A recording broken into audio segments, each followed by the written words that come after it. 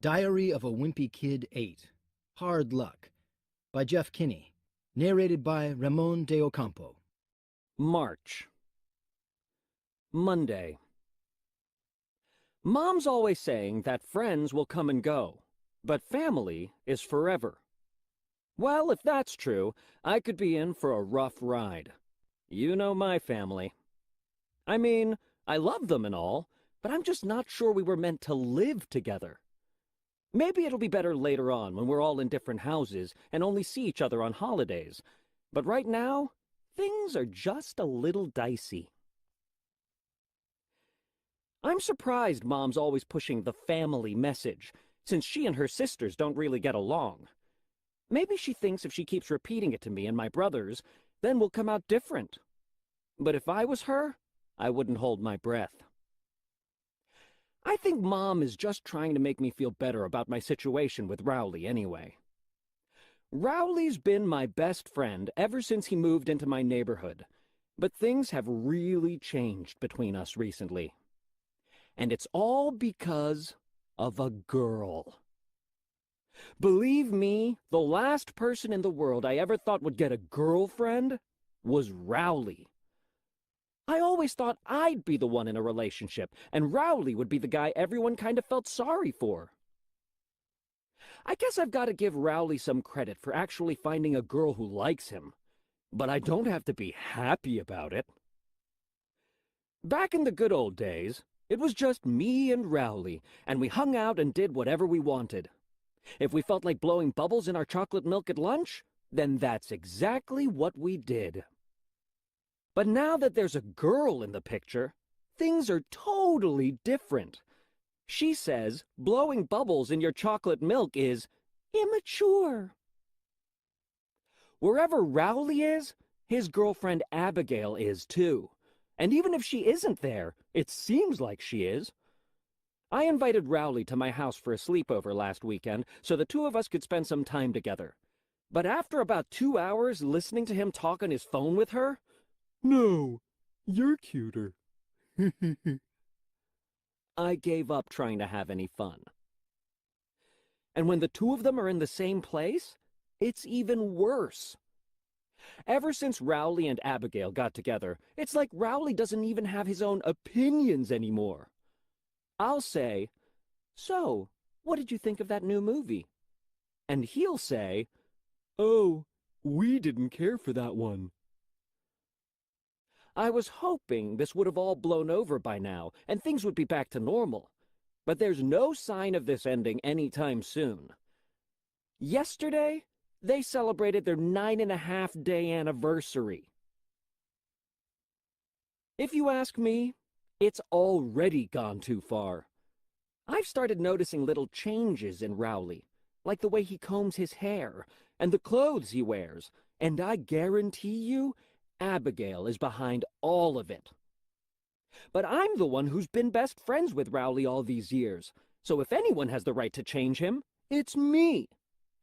I just don't get how you can go from being someone's best friend to getting kicked to the curb. But that's exactly what happened.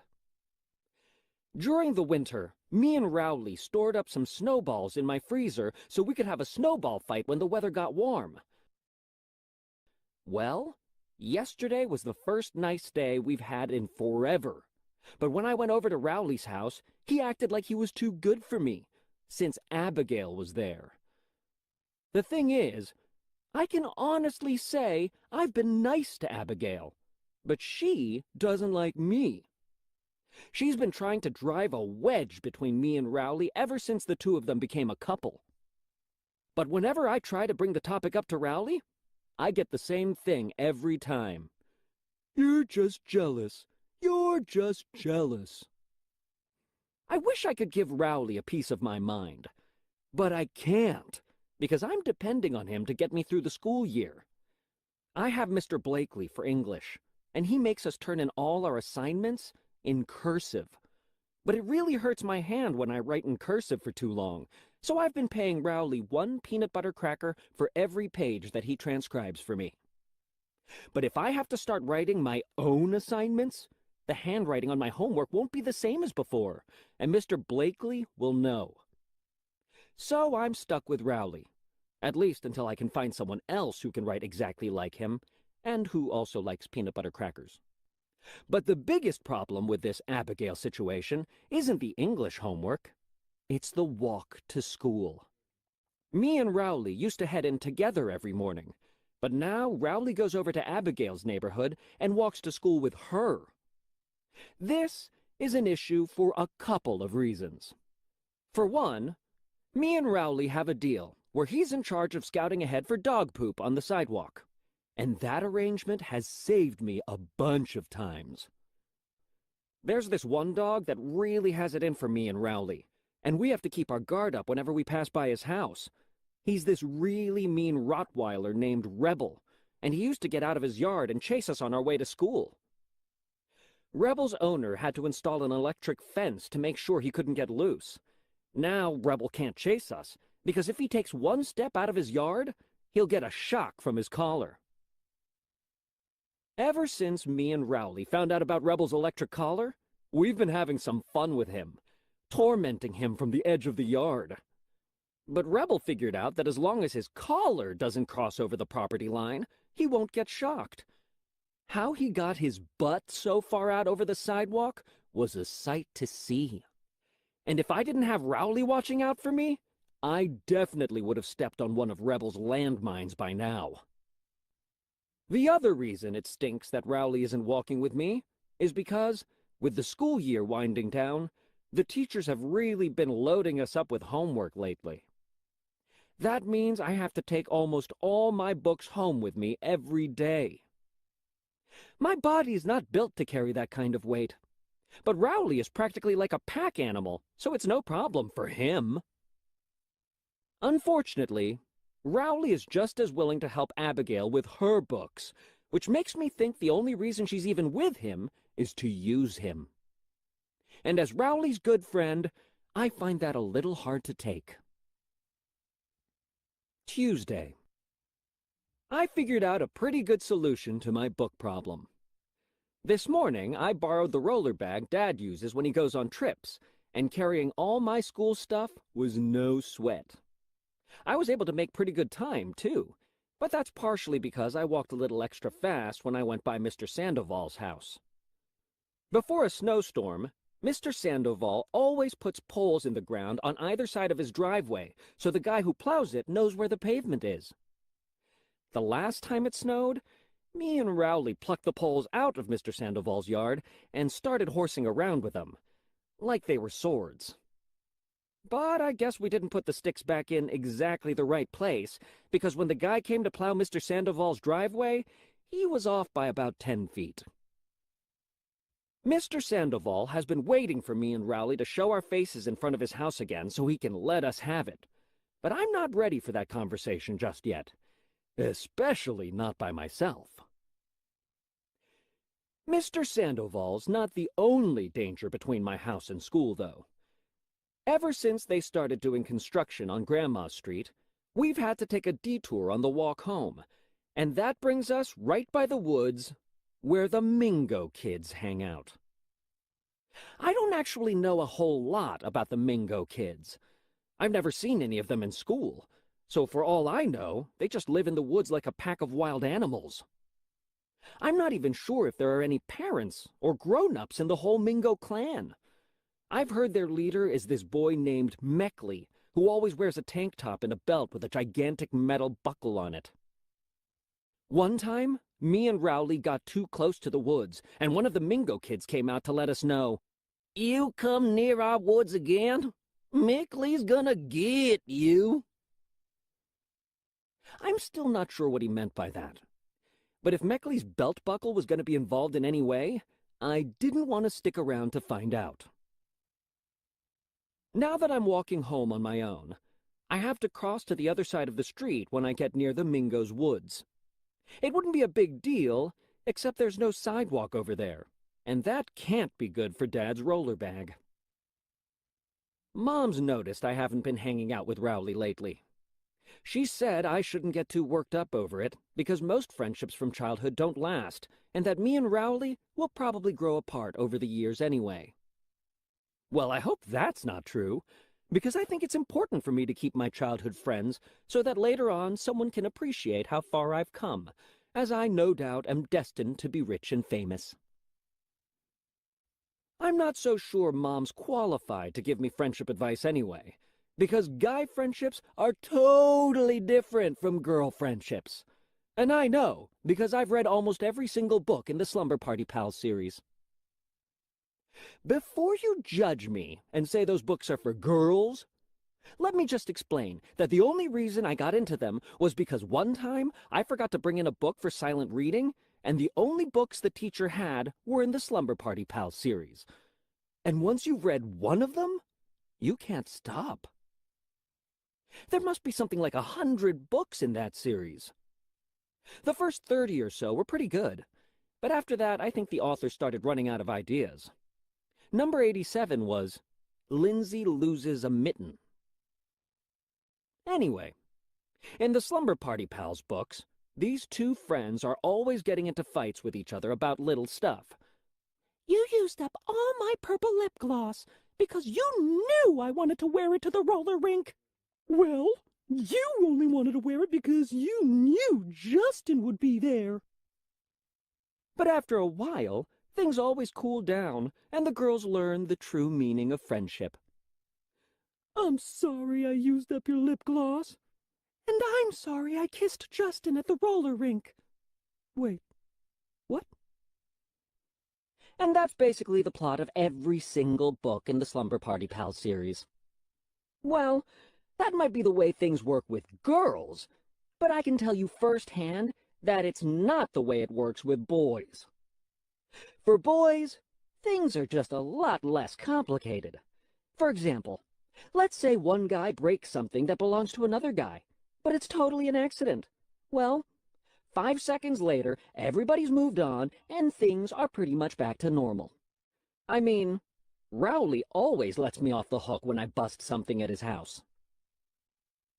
I don't know if that means guys are less sophisticated than girls or whatever, but I do know that the way we do things sure saves a lot of time and energy. Friday.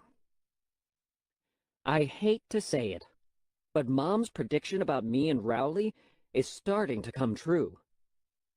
Ever since Abigail and Rowley got together, Abigail has been sitting at our lunch table, which is all boys.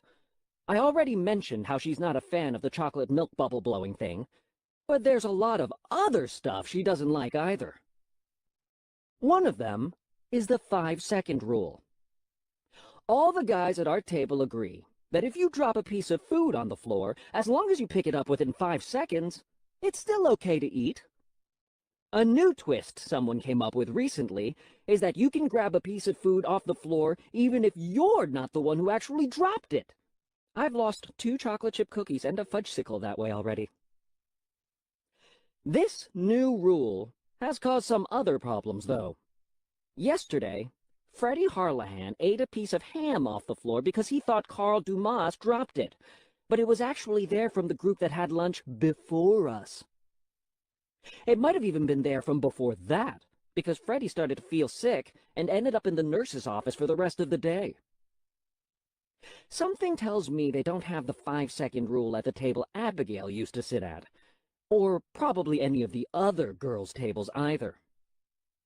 Another thing I'll bet they don't have is French Fry Fridays.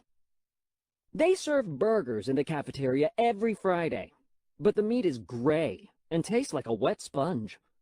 Plus, they serve sweet potato fries now instead of regular French fries. But Nolan Tiago's mom works part-time in the library, and every Friday she brings Nolan a cheeseburger and fries from the fast food place on the corner. Nolan eats his burger and fries, but he always lets the rest of us have whatever falls out into the bag. And I've seen kids practically come to blows over a few cold French fries. We decided the only way to prevent someone from getting hurt was to split the fries up evenly. So we brought in Alex Aruda to divvy them and give everyone an equal number. The rest of us keep an eye on Alex to make sure he's not taking any extra for himself. Some kids eat all their fries at once, but I nibble mine real slow to make them last as long as possible. But no matter how many fries we get, it's never enough. Today, there were only 3 fries in the bag, and we had to split them 10 ways. So you had a couple of kids paying Nolan a dime each just to smell the fries on his breath. And I think that's what made Abigail finally decide to look for another place to sit. When Abigail moved to a different table, she took Rowley with her. But that's fine with me, because it means more French fries for the rest of us. Abigail and Rowley moved to the couples table, which is the only place in the whole cafeteria where there's still room to sit. After the Valentine's Day dance, almost all the couples in our grade broke up, so Rowley and Abigail didn't have any trouble finding a spot. The reason the couples have a whole table all to themselves is because no one else can stand to be around them. Let me just say that you couldn't pay me to sit and watch Abigail feed Rowley his pudding every day. The second that Rowley and Abigail left our table, 2 guys slid right into their empty spots. There aren't enough seats in the cafeteria for all the kids in our lunch period, so there's actually a line to get one. If you didn't get a seat on the first day of school, you were out of luck. There are some kids who have been waiting since September, and they'll probably still be waiting for a seat on the last day of school. I feel pretty lucky I got a seat, because the people who didn't get one have to find a place to sit anywhere they can. The kids in the middle of the line have pretty much given up hope that they're going to get a seat, so some of them have started selling their spots to the kids behind them. I heard that Brady Connor sold his position at the number 15 spot to Glenn Harris, who was 1 spot back, for $5 and an ice cream sandwich. Unfortunately for me, the 2 kids in the front of the line were Earl Dremel and his twin brother Andy, and they took Abigail and Rowley's spots. Earl and Andy have phys ed right before lunch, and those guys both fake their gym showers, just like I do. The air quality is, not so great. Even though I sit at a table with a bunch of guys, I wouldn't call any of them my actual friends, because when we head outside for recess, we all go our separate ways. I used to hang out with Rowley during recess, but those days are over.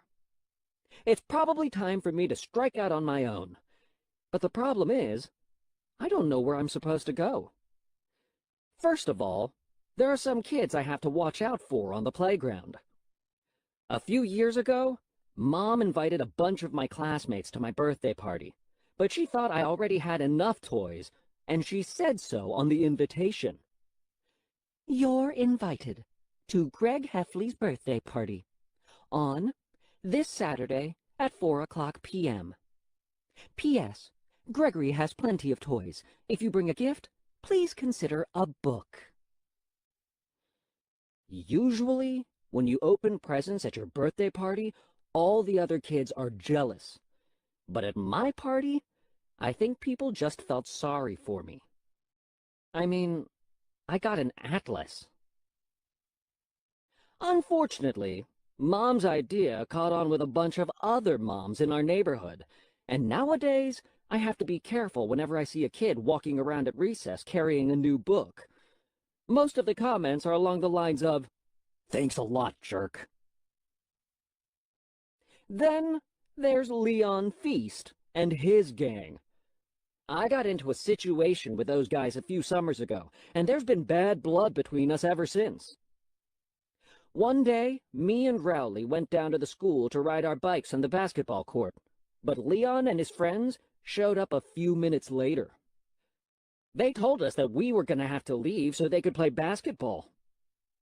I told Leon we could make a compromise, and they could have one half of the court, and we could ride our bikes on the other.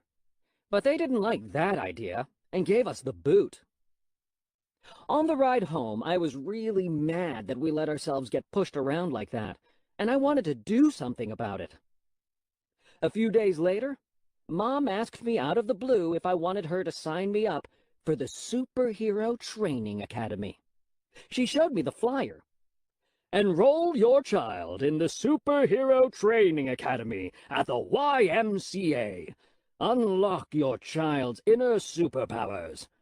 Enroll at the front desk. And I was sold.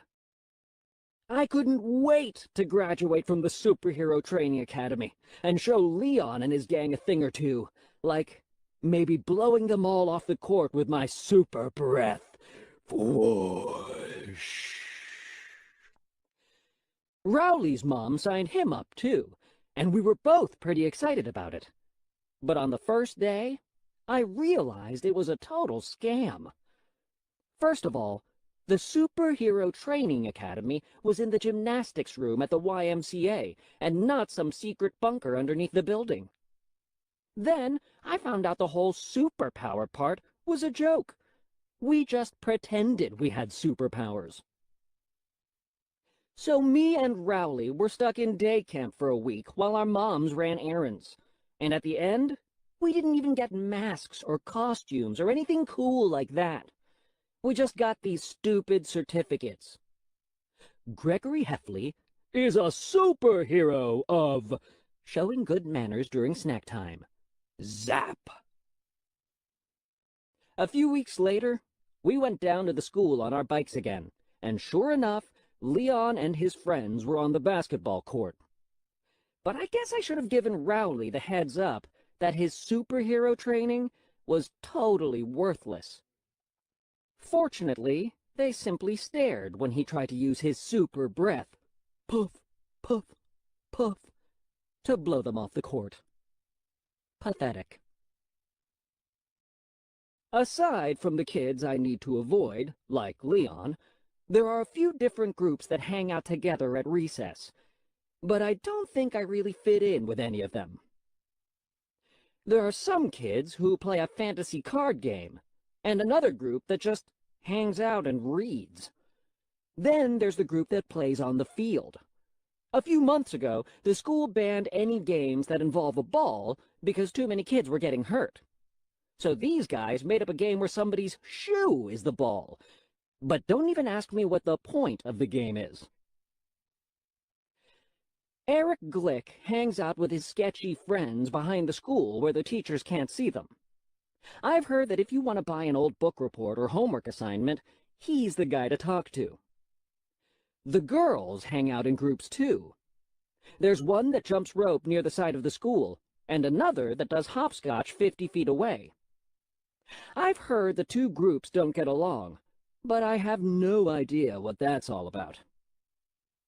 I'll tell you the group I wish I could join, and that's the girls who hang out near the cafeteria door and gossip about everyone who walks by. I've tried to slip into that group before. Looks like Lori got a fancy new haircut. As if that makes up for her tacky earrings. Me. As if. But it's pretty clear outsiders aren't welcome. Especially me. The only place where boys and girls hang out together is on the playground. Some of the kids have started playing Girls Chase Boys, which was a big thing back in elementary school. I've tried to get in on the Girls Chase Boys game over the years, but most of the girls are only interested in chasing the popular guys, like Bryce Anderson. Every so often during Girls Chase Boys, somebody will yell out and flip the whole game. Boys chase girls! It goes back and forth like that until the bell rings and it's time to go inside. The only problem with that game is they never say what you're supposed to do when you actually catch someone. I remember the time in 5th grade when we were playing Boys Chase Girls, and I caught Carrie Punter fair and square. Carrie reported me to the playground monitor, who made me sit against the wall for the rest of recess. I'm pretty sure the school called my parents, too.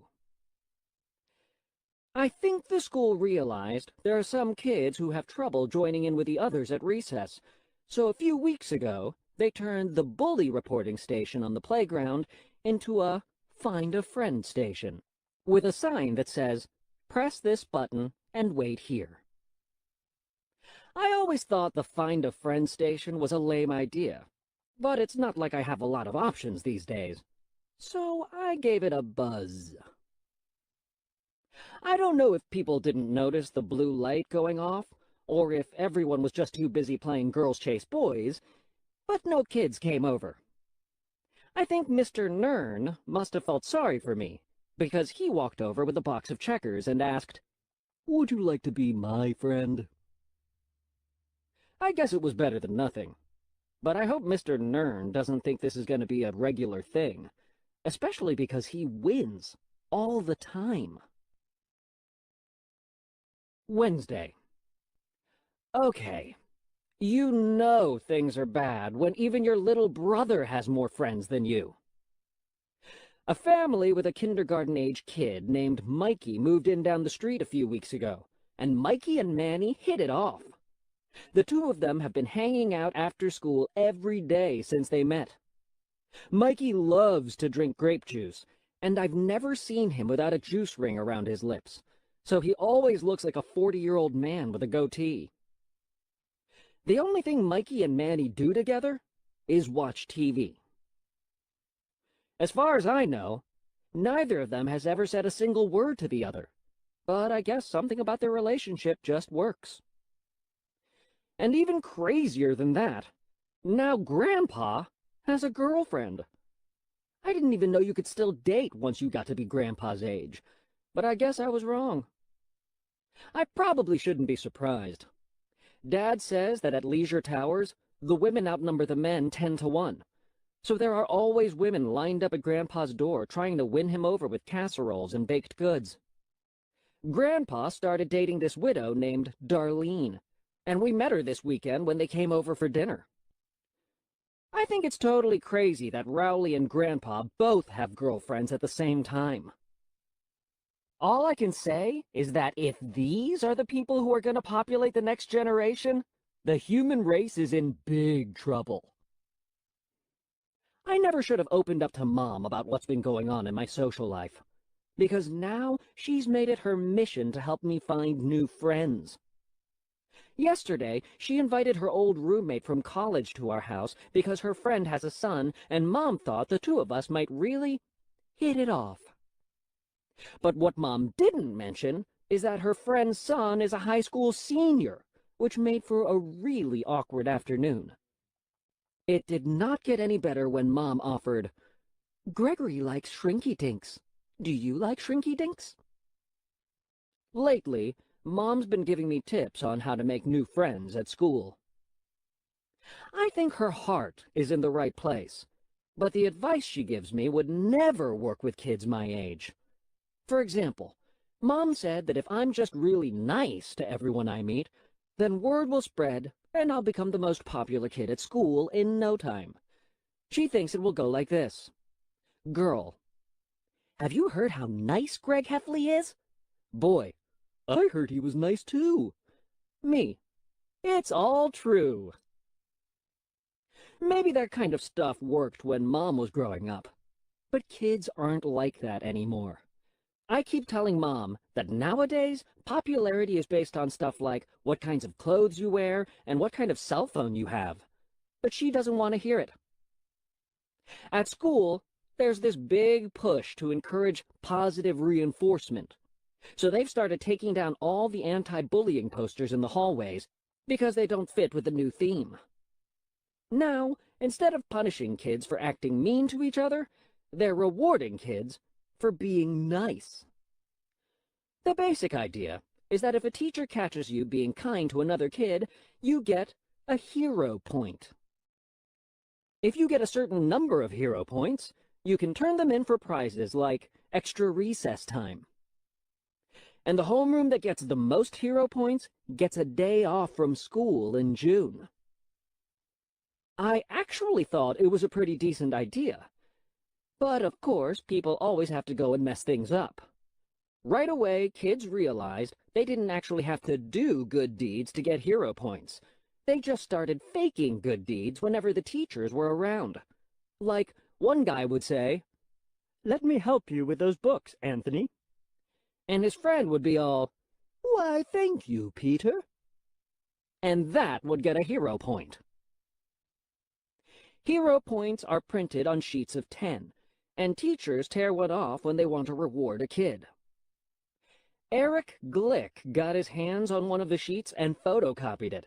So after that, there were all these counterfeit hero points going around school. Eric started selling them for 25 cents a point, but then other kids realized they could make copies too.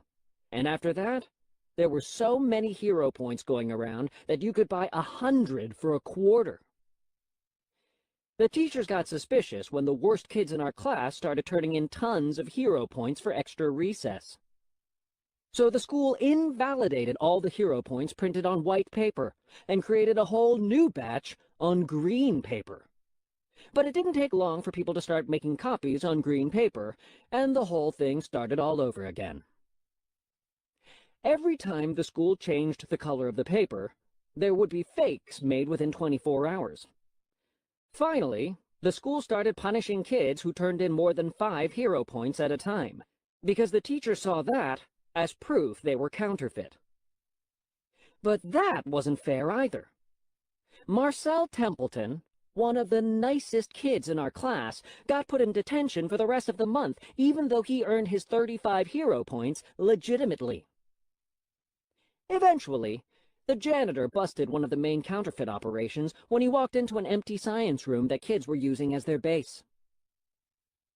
The school canceled the whole hero points program after that, which stinks because now that extra recess is off the table, nobody's willing to do anything nice. Sunday. I think Mom took that stuff I said about popularity with kids my age to heart, because today she took me out clothes shopping. Ordinarily, I can't stand going clothes shopping, because the only time we do it is at the beginning of the school year, and once a year is enough for me. I've done a lot of boring things in my life, but nothing saps my energy worse than back-to-school clothes shopping. Usually, Mom takes us shopping at this place downtown called Frugal Freddy's. I think the people who run that store understand guys, because they give us our own little area to sit while the women shop. We call it the Dude Zone. Last September, Mom took me and Roderick to Frugal Freddy's and picked out all our clothes for us. Unfortunately, she forgot to come get us after she was done shopping, and she got all the way home before she realized it. We must have been in the Dude Zone for 3 hours before Mom came back to get us. Well, today, I was actually excited to go clothes shopping. I got 2 pairs of jeans and 3 shirts, but the thing I was most pumped about was the shoes. All of my shoes are hand-me-downs from Roderick, and whenever I get a pair of his shoes, I have to spend a few hours scraping the bubble gum off the bottoms. The only time I had a new pair of shoes was in 4th grade, when Mom got me some sneakers for the first day of school. They were Sportsters. I told her I'd never heard of Sportsters before. She told me they were from Europe and had space-age technology. So I was all proud of my new shoes when I went to school. But at recess, the rubber soles on both shoes fell clean off. I was upset, and when I got home I showed Mom, who said not to worry and that we'd take them back to the store and get new ones. That's when I found out she bought the shoes at the dollar store, and the whole space-age technology thing was just a bunch of baloney. When Mom said she was taking me shoe shopping today, I made sure she knew I was only interested in name brands. It wasn't easy deciding which shoes to get, though. There are about 1 million different types, and each one is supposedly good for a specific thing. There are shoes for hiking, shoes for running, shoes for skateboarding, and a bunch of other ones, too. There was a pair of fancy high-tech basketball shoes I really liked. They had some sort of thing in the soles that's supposed to make you jump higher, and I was seriously thinking about getting them. They were called the Max Lift 5 with jump kick technology. But I got nervous that if I bought those, I'd be totally out of control on the walk to school, kaboinging and sproinging all over the place. Then there was a pair of green cross-training shoes that really looked awesome, but on the box it said they were for the serious athlete. So if I got those, I think they'd just be wasted on me. I even thought about getting a pair of those shoes with wheels in them, so I could blow by the Mingo kids' woods every day. I finally decided on some shoes that were sporty, but not too over the top. Mom asked me if I wanted to wear them home, but there was no way I was going to let my shoes get dirty before I wore them to school for the first time. Plus, it gave me a chance to enjoy the new shoe smell all the way home. Monday.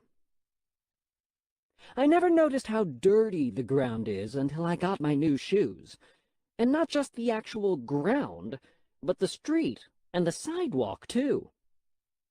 The way to school is like a minefield of mud and grease and other junk, and you practically have to be a ninja to avoid all of it. In fact, after getting only 1 block from my house this morning, I turned around and went back inside. I got some of those plastic grocery bags to put my feet in, and for a while, everything was good. But eventually, the bottoms of the bags got shredded, and then they didn't give me any protection at all, so I just ripped the rest of the bags off and threw them in the nearest trash can. After that, I did my best to avoid the danger areas. I stayed on the sidewalk until I realized I was getting pebbles in the little grooves of my shoes, and I knew those were going to take forever to dig out with a stick, so I tried to minimize the amount of rubber that touched the cement. Eventually, I gave up and just walked in the grass. By the time I got to school, I was 20 minutes late, but it was totally worth it to show up in style. Unfortunately, we were having a pop quiz in geography, and I had to try and catch up to everyone else. A few minutes into the quiz, I noticed a really terrible smell. At first, I thought it was Bernard Barnson, who usually doesn't smell too good in general. But this was way worse than usual. I took my stuff to a desk in the back of the room so I could concentrate on my quiz, but the smell followed me. And that's when I realized where it was really coming from. My shoe! I must have stepped in dog poop when I walked in the grass, and I knew exactly where it happened, too. Curse that rebel! I took my shoe off and went to the front of the room to tell Mrs. Pope about my situation. But I think Mrs. Pope thought I was trying to skip out on the pop quiz because she gave me a plastic bag to put my shoe in and told me to return to my seat. By now, the rest of the kids had figured out what was going on, and everyone had a good laugh at my expense. Usually, I find poop as funny as the next guy, but that's when someone else steps in it. In fact, the best time I ever had with Rowley was on the 4th of July when his parents took us downtown to see the fireworks. We had to get there a few hours early to set up our blanket in the park. One of the police horses unloaded right on the main path where everybody was walking by, and the two of us spent the rest of the night watching people's reactions as they tried to avoid it. Those were some good times. But I guess they're all over now. What really makes me mad is that if everything was the way it was supposed to be, I would have been walking to school with Rowley this morning, and he would have been doing his job of scouting ahead. But Rowley had to go and get himself a girlfriend, and now I guess I'm the one who has to suffer. I had tracked Rebel's mess all over the classroom, and they had to call in Mr. Meeks to clean it up. He kept shooting me dirty looks, which made it really tough to concentrate on my pop quiz. After class ended, I went to the front office to see if there was anything they could do to help me. The school secretary let me look through the lost and found box for a replacement shoe, but the only thing in there that even came close was a girl's winter boot. Right then, Mr. Nern came out of the teacher's lounge, and the secretary asked him if he happened to have any spare shoes. Mr. Nern said he actually had an extra pair in his office, and he went to get them for me. I never noticed before, but Mr. Nern has some gigantic feet. And I hope just because he lent me his shoes doesn't mean I have to keep playing checkers with him at recess. Wednesday. Since I'm not hanging out with Rowley after school anymore, I've got a lot more time on my hands. But the thing I've learned is that you should never tell your mom you've got nothing to do. Once I said, "I'm bored." And she followed that up with, "Good, you can help me clean the oven." So I've been going outside after school just to avoid doing chores at home. Mom's been telling me I should branch out and try to find new friends in the neighborhood. But where I live, the pickings are pretty slim. A few houses down are the Lasky boys, but their idea of a good time is stripping down to their underwear and wrestling in the front yard. Diagonally across the street is a kid named Mitchell Flammer, who I think is a year or two younger than me, but I don't even know what he looks like because I've never seen him without a motorcycle helmet on. A few houses down on the right, you've got Arik Holbert, who was suspended 3 weeks ago for breaking in and vandalizing the school. He tried to deny it was him, but it was pretty pointless. He had spray-painted the lockers with, "Arik Holbert is cool." Then there's Fregley, who lives a few houses up from me. If there's anything good that comes out of my situation in the past few weeks, it's that I haven't had to walk by Fregley's house on my way up to see Rowley. Unfortunately, Mom's always trying to set up a play date between me and Fregley. She says she feels bad for him because he seems like a lonely boy. I really wish Mom wouldn't say things like that, because then it makes me feel all guilty. And trust me, I already feel bad enough seeing Fregley out on the playground every day, pushing the button on the Find a Friend station. Buzz, buzz, buzz. But today, I had a really crazy thought. I realized that if I became friends with Fregley, I could mold him into exactly the type of friend I wanted. I could basically take all the things I like about Rowley and teach Fregley how to do them. Plus, Fregley could bring something extra to the table. I've noticed that at my school, the most popular guys have a funny sidekick. One of the boys in Bryce Anderson's entourage is Jeffrey Laughley, and I guarantee you the only reason Bryce keeps Jeffrey around is for comic relief. And girls never go for the funny sidekick, so Fregley wouldn't even be a threat to me. I'll just need to make sure people think Fregley is acting funny on purpose, though, because with him, you can never really tell. Like the time he screamed, "I think I just swallowed my retainer," to laughter all around. But then he whined, "No, seriously." Today at lunch, I went to find Fregley and invite him to sit at our table. He was so far back in the line to get a seat that he was out in the hallway near the boys' bathroom. Luckily, Fregley is pretty skinny, so we were able to squeeze him in. The first thing I did was tell him how things worked, starting with the 5-second rule. I was right in the middle of telling him how you can claim a piece of food that doesn't belong to you when Fregley went for the potato chip in my hand with no warning.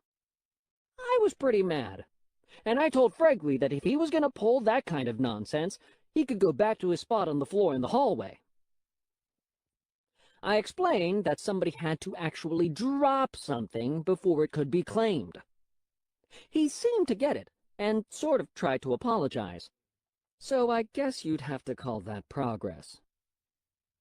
While Fregley was eating lunch, I snuck a peek at his notebook to see how good his cursive was. After school, I asked Fregley if he wanted to walk home with me. I explained how I needed him to scout ahead for dog poop, and how he'll have to pull my roller bag from time to time. Fregley seemed eager to help out, and things started off pretty smoothly. But I wasn't paying attention, and I forgot to cross the street when we got near the Mingo kids' woods. So the next thing we knew, we had the whole pack of them chasing after us. We finally lost them when we got to the bottom of our street, But when Fregley gave my bag back, it was practically empty. I asked Fregley what happened to all my books, and he said he threw them out when the Mingo kids were chasing us. I asked him why he'd gone and done that, and he said he was hoping they'd stop and read them. So day one was a little bit of a disaster. But Fregley's gonna be a long-term project, and I'd better prepare myself for some bumps along the way. Thursday. This morning, me and Fregley were supposed to walk to school together, but at 8:30 he still hadn't shown up at my house, so I went over to his place and knocked on the front door. Nobody answered, and I was about to just head to school by myself when I heard some noises inside like a bowling ball falling down the stairs. Then the front door opened, and Fregley was standing there. He was trapped in his shirt with his pants down. Fregley told me that when he was getting dressed, he accidentally put his shirt on upside down and got stuck. That meant it was up to me to untangle him. At first, I was a little irritated, but then I realized this was just the kind of thing other people might find funny. So at lunch, I brought Fregley over to one of the girls' tables and had him do the thing with his shirt again. Unfortunately, we must have picked the wrong table, because not one of the girls even let out a chuckle. I asked Fregley if he knew any jokes, but he said he didn't. Then I asked him if he knew how to do any tricks, and he pulled out a piece of bubble gum. Fregley took off his shirt and put the gum in his belly button.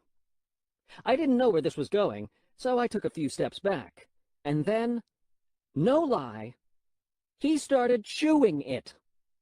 He gave this sort of stomach wiggle, and his belly button chewed. I don't know if any of the girls were impressed, but I definitely was. Then Fregley said he was going to blow a bubble, which was something I had to see. But I should have known it's not physically possible to blow a bubble with your belly button. But it did pop out and land on the girls' table, making them shriek, "Ah!" which was pretty cool. Word about Fregley's talent got around the cafeteria quick, and for the rest of the lunch period, almost every boy in our class was at our table wanting to see what else Fregley could chew. In fact, it got so crowded there wasn't even a place for me to sit. So while Fregley was enjoying his moment in the spotlight, I was eating my lunch out in the hallway. This just goes to show that no matter how nice you are to some people, they'll turn their back on you the second they get the chance. Friday.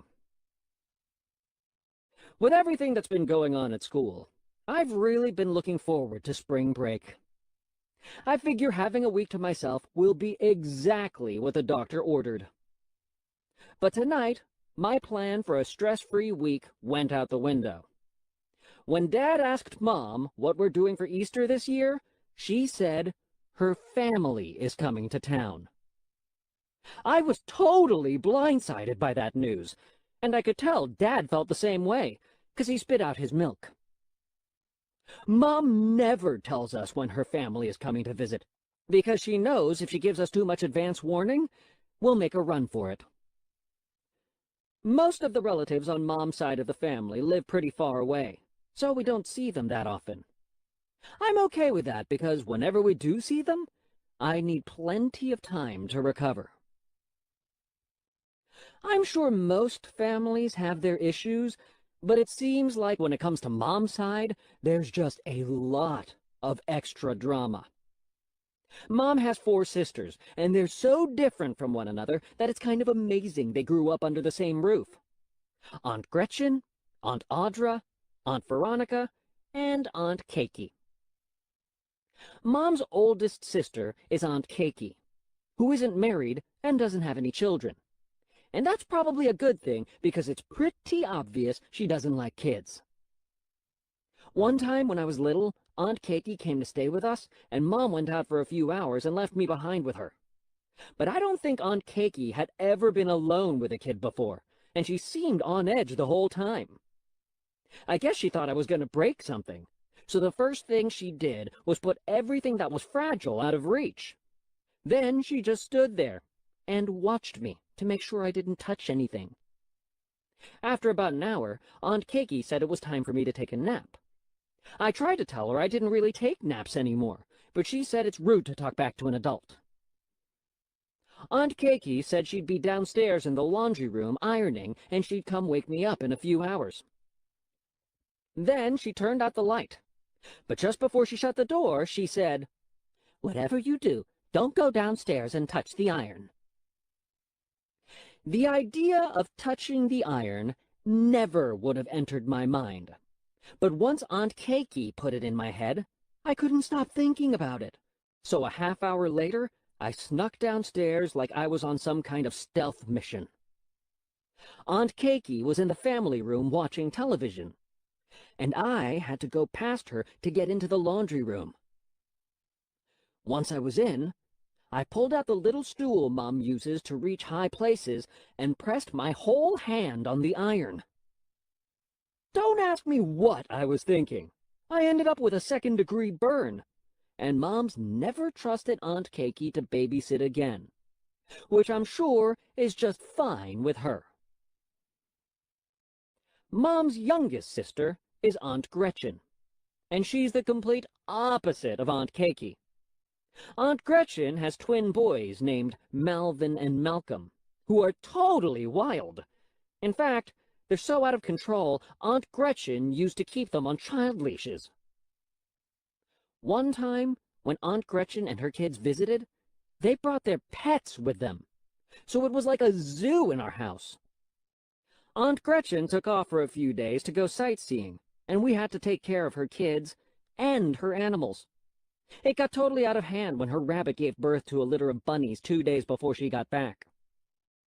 Dad wasn't too happy about the situation, because Aunt Gretchen had told us her rabbit was a boy.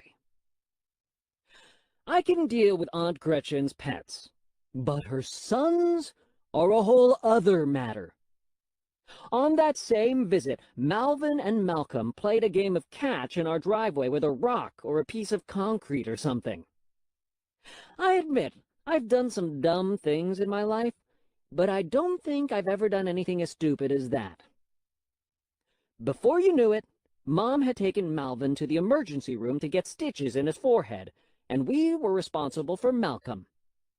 While Mom was gone, Malcolm somehow managed to get a hold of Dad's electric shaver, and by the time we found him, there was nothing anybody could do about his bald head.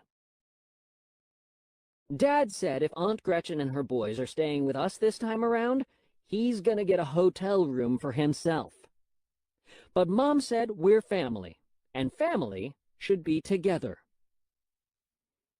I'll tell you one person who won't be coming to Easter, though, and that's Aunt Veronica.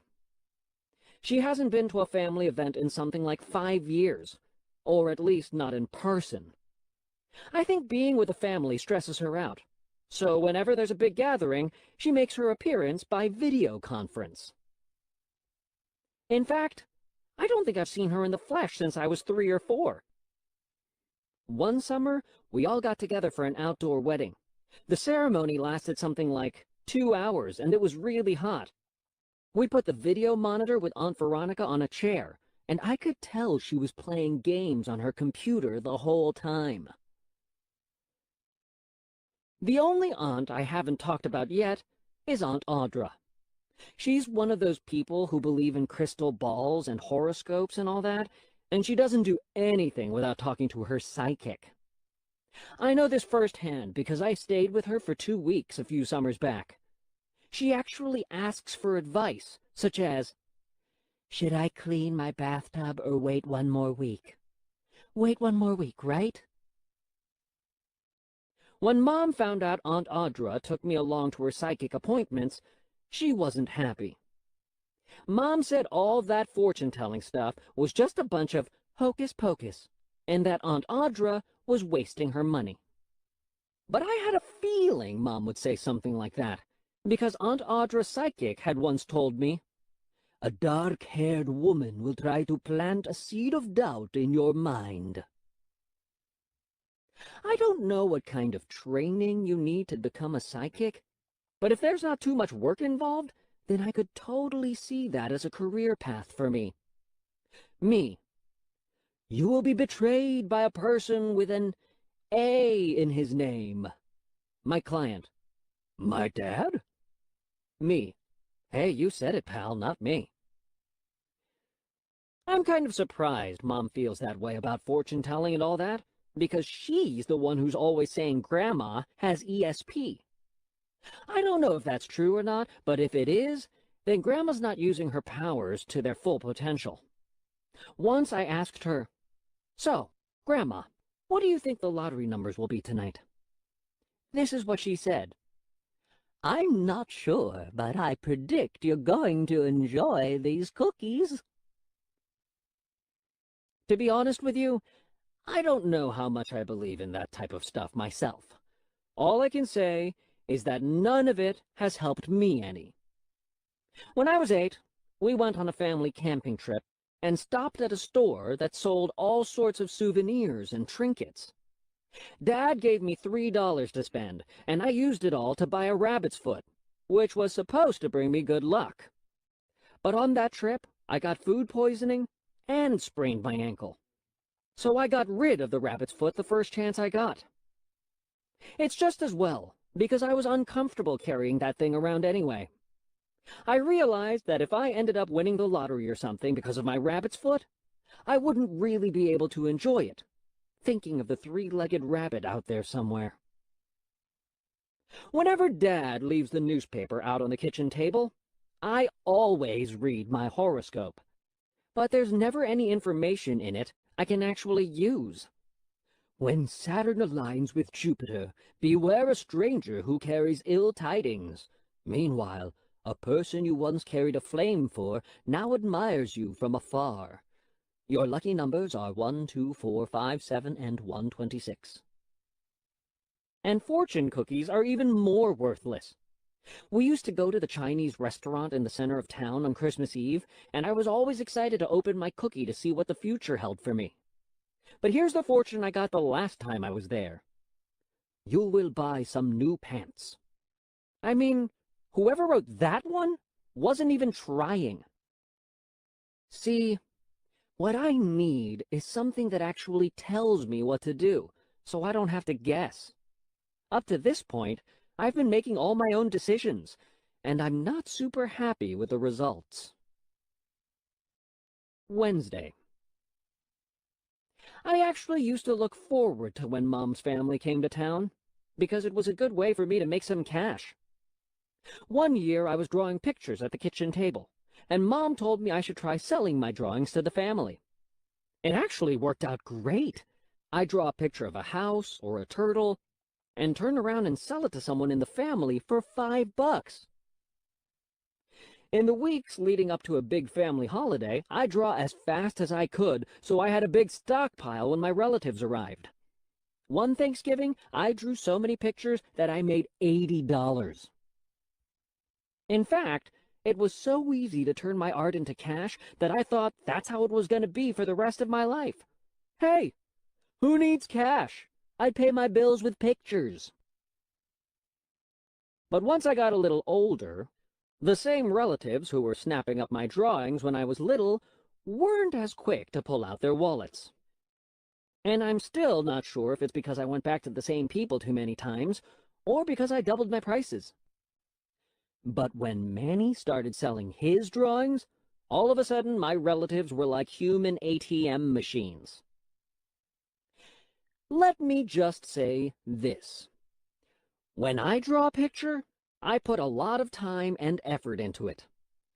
But Manny scribbles out 15 drawings in a minute, and don't even ask me what half of them are supposed to be.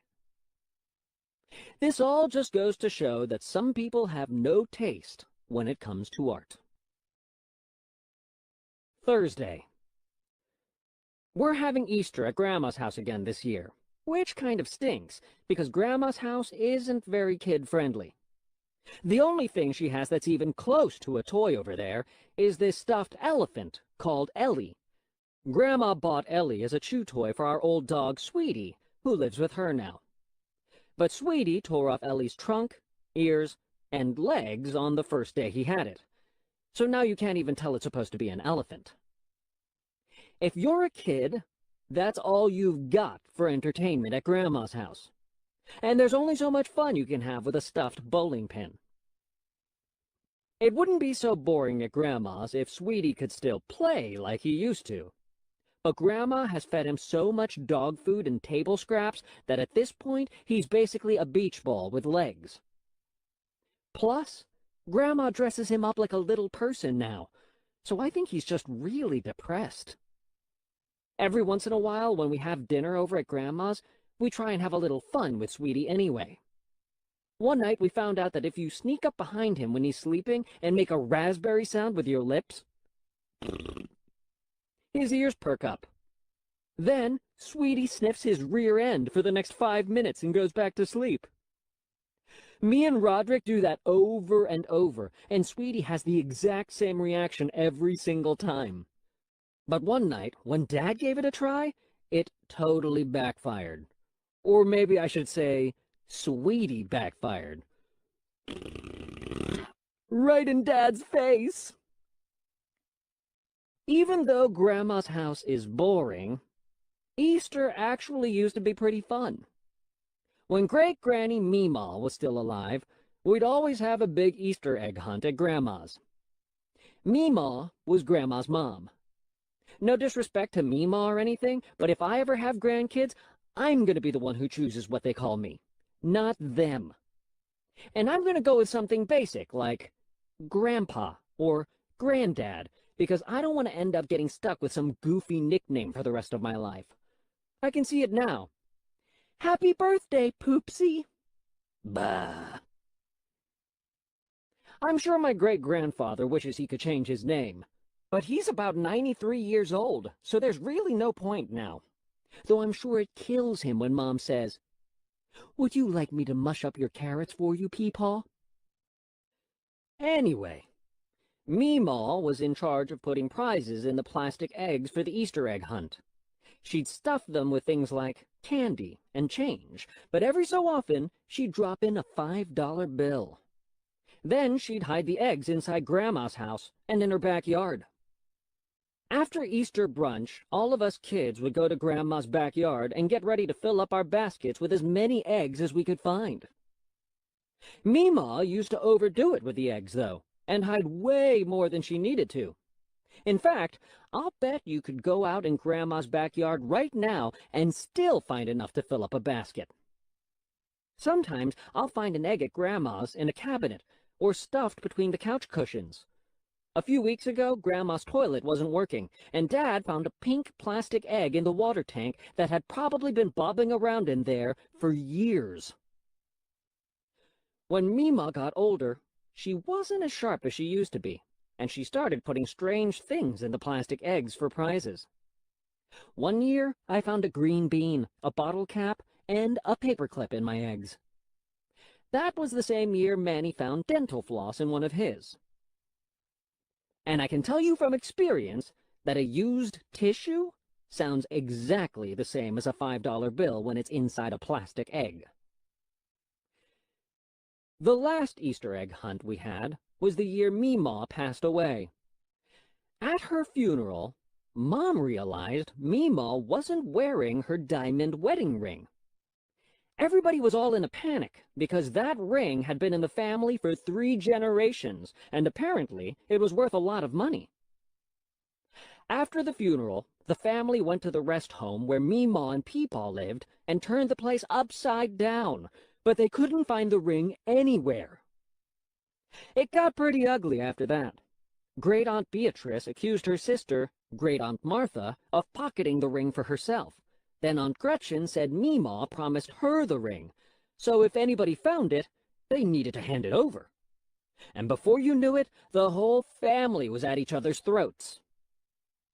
So that's how things ended the last time we all got together. And it's probably the reason we haven't been in one place since. I think the whole ring situation really shook Mom up. She said she hopes no one finds Meemaw's ring, because if someone does, it could break up the whole family. But if that means no more visits from Aunt Gretchen and her kids, I have to say, I'm all for it. Sunday. When it comes to holidays, I'm more of a Christmas guy than an Easter guy. On Christmas, the second you get home from church, you can just totally unwind. But on Easter, you have to stay in your church clothes the whole day, or at least you do in my family. Today we went straight from church to Grandma's house, and my tie was already starting to drive me crazy. I was nervous everyone was just going to pick right back up where they left off after Mima's funeral. But when we got to Grandma's, everyone seemed to have moved past it. I've never been that comfortable walking into a room full of relatives. I know I see these people once or twice a year, but there are so many of them I can't even remember everyone's name. They all seem to remember everything about me, though. I always try to get past the crowd in the front hallway as quickly as possible and find a place where there aren't as many people. Manny's strategy is to pretend he doesn't speak whenever he's at family gatherings. I admit I'm a little jealous and wish I had come up with that idea a long time ago. I didn't think many people would show up after the whole diamond ring blow-up, but it actually seemed more crowded this year. On top of the aunts and uncles who usually come to these things, a bunch of Mom's cousins were there too. Her cousin Gerald from California made the trip. Apparently, he lived with my family for a few months right after I was born, but I wish he didn't have to remind me every time he sees me. He manages to always find a way to announce, "I used to change your diapers." Mom's cousin Martina was there too, and she hasn't been to a family gathering since she struck it rich in Las Vegas. The way I heard it, one morning Martina was at the hotel breakfast buffet when she noticed another room with more food in it. But when she made a beeline for the other room, she found out there was no other room. It was actually a full-length mirror reflecting the room she was already in. Smash. Martina broke her collarbone and sued the hotel. So I'm pretty sure the Porsche parked in Grandma's driveway was hers. Uncle Larry was at Grandma's too. I don't think he's actually related to anyone, but someone invited him to a family event at some point, and he's been showing up ever since. Uncle Larry's a great guy and all, but he always parks himself in the best seat in Grandma's family room, and he doesn't move until it's time to leave. And he has this annoying habit of cornering me. "Would you be a pal and get your Uncle Larry a refill on pretzels?" Grandma's two sisters both came this year, even though they can't stand each other. Every Christmas they exchange presents, but I think the only reason they do it is to see who can come up with the most insulting gift, like 5 ketchup packets or a used bar of deodorant. On Easter at Grandma's house, you've basically got 3 choices of how to occupy yourself. You can sit in the family room and watch golf on TV with the men, go in the kitchen and talk with the women, or hang out in the basement with all the kids. None of those options really works for me, so I always just lock myself in the bathroom until it's time to eat. The main event at Easter is brunch. The whole family used to sit at one long table in the dining room, but now that the family's bigger, it's split between grown-ups and kids. The grown-ups table is in the dining room, and the kids' table is in the kitchen. I'm kind of glad we changed things up, because when we all used to sit together, I'd always end up next to someone who was way more interested in my life than I was, asking endless questions like, "Tell me everything you've learned in social studies this year." Plus, when we all sat together, Mom would make me eat food I didn't like. She always wants me to try her potato salad, which I might be willing to do if it wasn't served in the same bowl she uses when one of us kids has the flu. The throw-up bowl. Not eating out of that. I don't like eating in Grandma's dining room anyway, because it's way too formal, and I think it makes everyone act too serious. A few years ago, Peepaw had a green bean hanging from his lip for most of brunch. That was funny enough on its own, but when it fell into his glass of water, I had to laugh. I thought everyone else would laugh too, but nobody did. Dad shot me a look, and I got the feeling I should just keep my head down and go back to eating my ham. Ever since then, whenever something funny happens during a meal in the dining room, I do everything I can to stop myself from laughing. I'll pinch my inner thigh, or bite my lip real hard, but sometimes even that's not enough. One year, when Peepaw went to blow out the candles on his birthday cake, his dentures came flying out. I strained so hard to keep myself from laughing that I thought I might burst a blood vessel or blow out an eyeball or something. Plus, I had just taken a big sip of chocolate milk, and I was trying not to let it dribble onto my plate. I tried to think of something really sad, but all I could come up with was Sweetie and his little sweater. Then one thought led to another. Me and Roderick making raspberries, Sweetie sniffing his rear end, and Dad. And it was just too much for me to take. Yes, chocolate milk came squirting out my nose. In fact, now that I think of it, that incident is probably what led to us kids having our own table in the kitchen. I'm not sure they figured out who qualifies as a kid and who's an adult, because Uncle Cecil sits at the grown-ups table.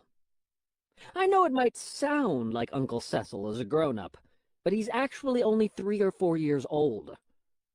Great-Aunt Marcy adopted him a few years ago, and somehow I guess that makes him my uncle. It does make things pretty awkward sometimes. Mom has actually uttered the phrase, "Greg, can you hand me one of Uncle Cecil's swimmy diapers?" I think the rule should be that if you need a booster seat, you're automatically disqualified from sitting at the grown-ups table. But Uncle Cecil sits in the dining room with the adults, and Roderick has to sit at the kids' table, even though he's practically a grown man.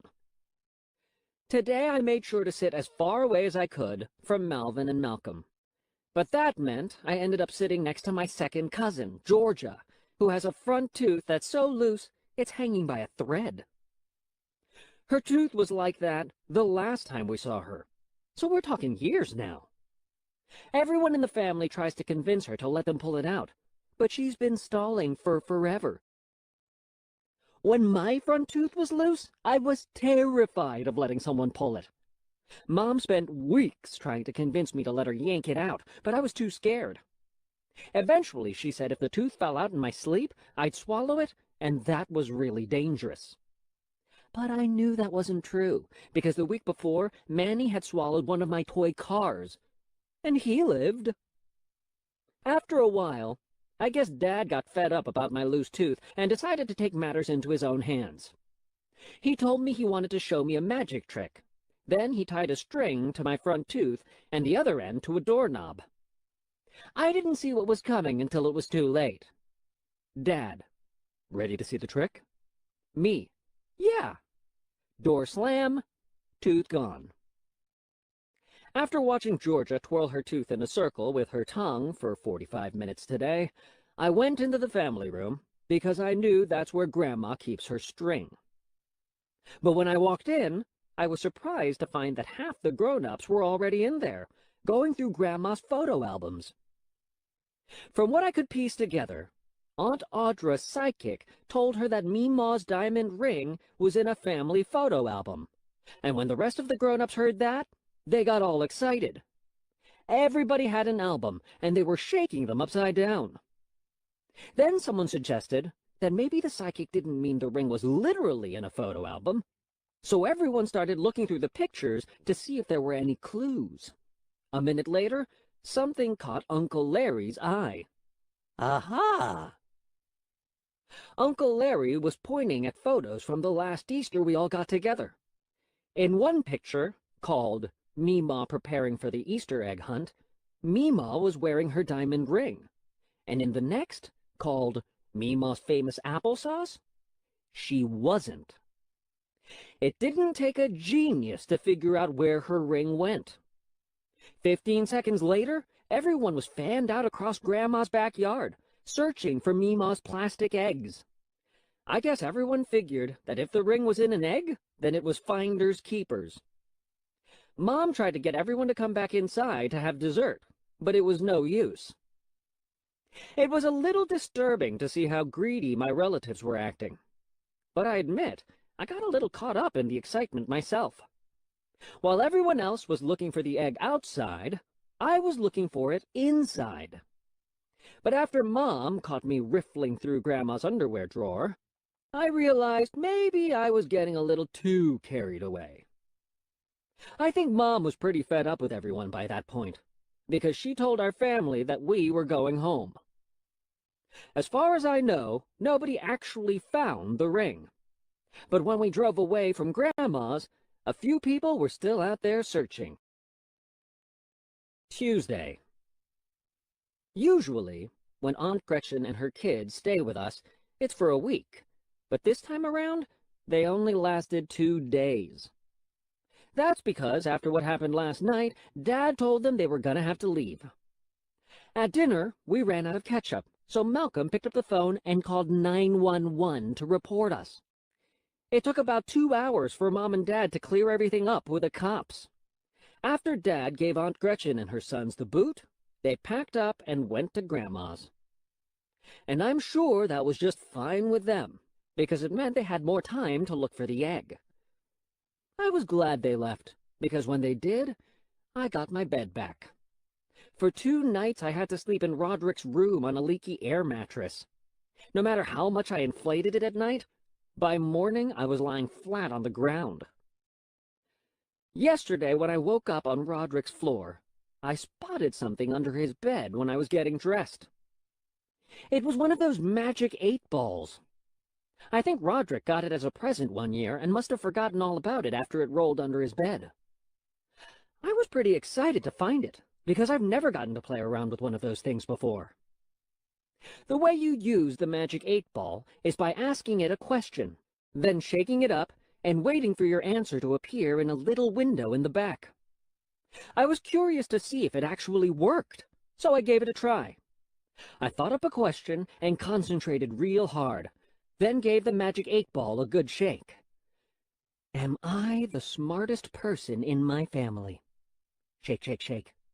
A few seconds later, this is what showed up in the little window. It is certain. I have to say I was pretty impressed. But I needed to ask this thing a few more questions to make sure it was for real.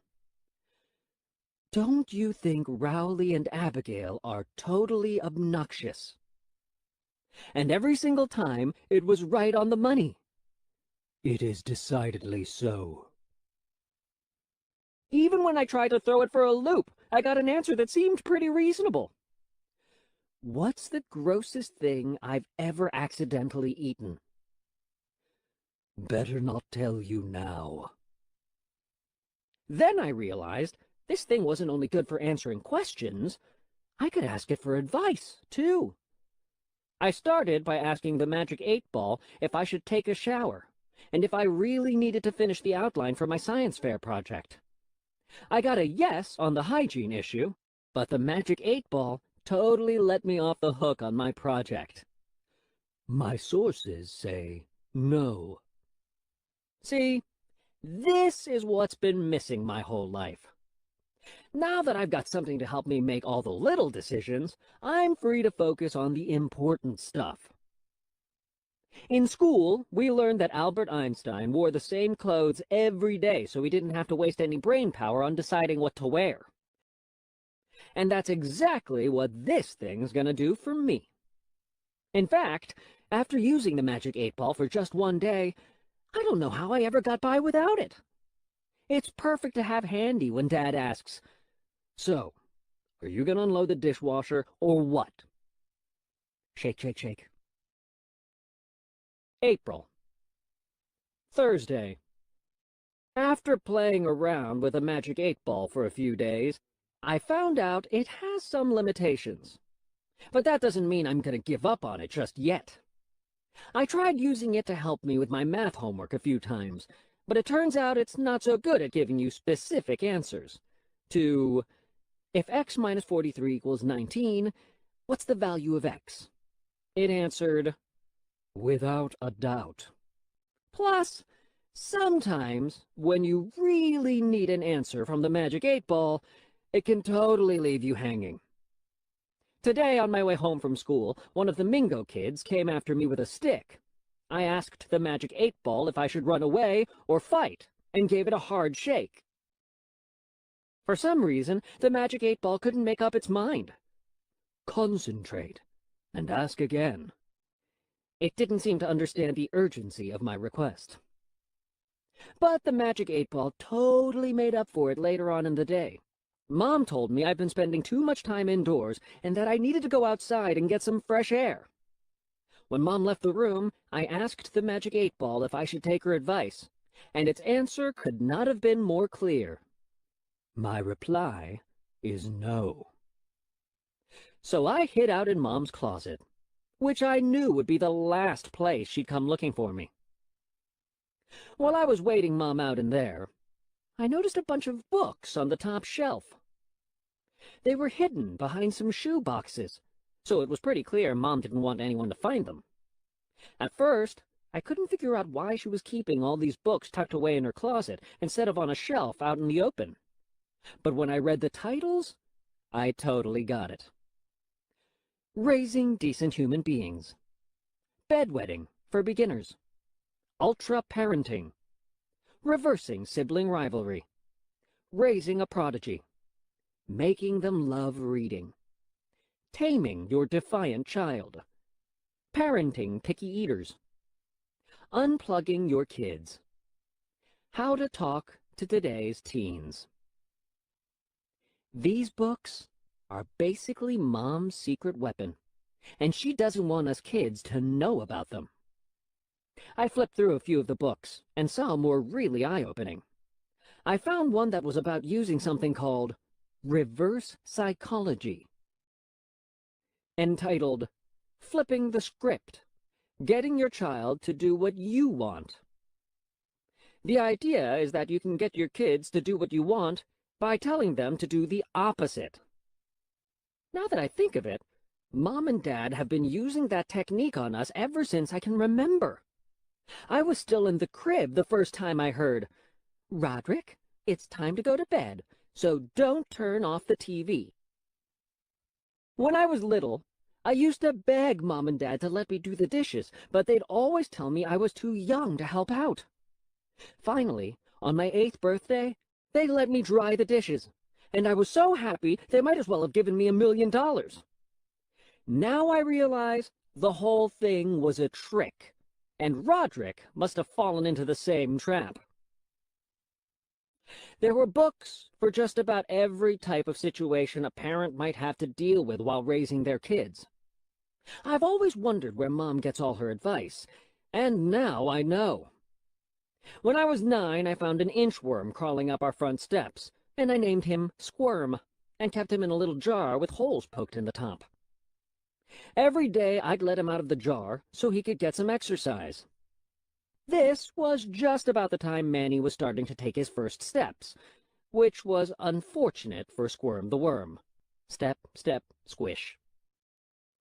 I was really torn up about it, and that night Mom came into my room to talk. She told me I shouldn't be sad, because Squirm was in inchworm heaven, and that in inchworm heaven it's always sunny and there are tons of leaves to eat. And I've got to admit, that did make me feel better about things. Well, today I found the exact place where Mom got that idea. A book called Helping Your Child Deal with Loss. One of the books on Mom's shelf looked pretty new, and when I pulled it down, a lot of things started to make sense.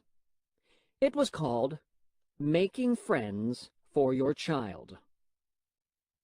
Mom's closet answered some other mysteries, too. When I was in kindergarten, I had a stuffed animal called Tickles that I slept with every single night. That summer, we went away on vacation to the beach, and I took Tickles with me. But one afternoon, when we came back to our hotel room, Tickles was gone. Mom said the cleaning lady must have scooped up Tickles when she took the sheets, so we went down to the place where they do the laundry to see if he was in the washer or something. But he wasn't there either. By this time, I was pretty hysterical, so Mom told me I should make some signs, which we put up all over the hotel. The sign said, "Have you seen me?" with a picture of Tickles. Name, Tickles. Size, 15 inches. Last seen, Ocean View Motel. Return to Ocean View Motel, front desk. The next day we went to the beach, but I couldn't enjoy myself because of Tickles. Dad played one of those carnival games and won me a stuffed animal to replace Tickles, but it wasn't the same. Losing Tickles pretty much ruined the vacation for everyone, so we left for home a day early. I went to sleep when we got back that night, and the next morning, Tickles was sitting on top of my dresser. Mom said Tickles must have found his way home because he loved me so much, and that's what I believed for a long time. But hidden away behind Mom's books, there were 5 stuffed monkeys that looked exactly like Tickles.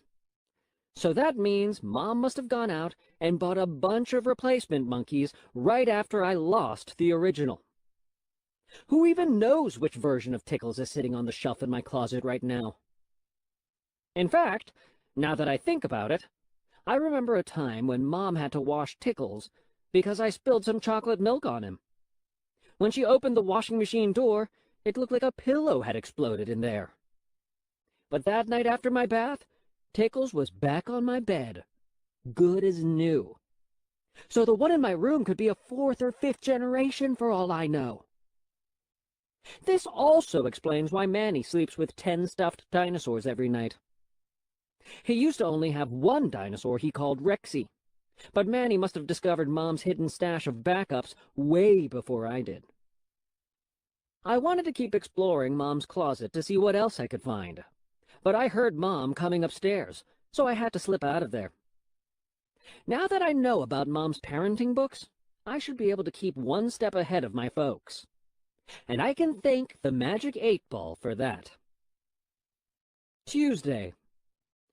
Tonight I decided to see if any of the tricks in Mom's books would actually work on adults. I've been asking Mom and Dad for my own phone for forever, but Mom always says I already have one. She's talking about my Ladybug phone, though, and that's more like a preschool toy. So when me and Roderick were doing the dishes tonight, I took a crack at using reverse psychology on Mom and Dad. I said, loud enough to hear, I don't actually want my own phone because it's too much responsibility. I didn't know what to expect, but I was shocked to see how fast it worked. Right after that, Mom came into my room and told me she'd decided to upgrade her phone and was giving her used one to me. But before she handed it over, she said there were some ground rules. She said I had to share the phone with Manny because he uses it to play educational games. She also said I'm not allowed to text any of my friends with it. Well, texting my friends isn't going to be a problem, because at the moment I don't have any. Sharing with Manny is another issue. Manny likes to take pictures on Mom's phone, but I really don't need his pictures mixed in with mine. You never know what he's going to photograph, but it usually concerns his potty. Don't ask. Still, I was pretty excited to get my hands on a decent phone. I spent some time personalizing it with a new wallpaper and different ringtones, but in the middle of doing that, I got a text from Grandma that was obviously meant for Mom. It said, "Can Frank come by this weekend with the boys and move the piano to the basement?" Mom said I wasn't allowed to text my friends, but she never said anything about relatives. So I replied, "Sorry, they are doing father-son stuff this weekend." After that was taken care of, I downloaded a bunch of games, took a seat on the throne, if you get my drift, and started having some fun. Bleep bloop blap. But right in the middle of a game, Aunt Veronica called on video chat. "Why, hello, Gregory." The last thing I expected to see in the privacy of my bathroom was Aunt Veronica's face. So I think I can be excused for being a little surprised. And you guessed it. Bloop. I fished the phone out of the toilet and did everything I could to get it to turn on, but it was no use.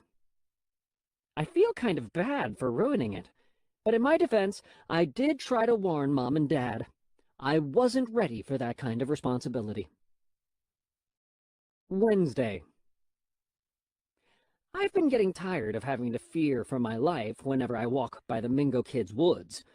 But I realized those guys only really pick on the after-school crowd, so I decided my smartest move was to just wait them out. That meant I needed to find something to kill time once school ended. There are a whole bunch of clubs for students, but I've never really been that interested until now.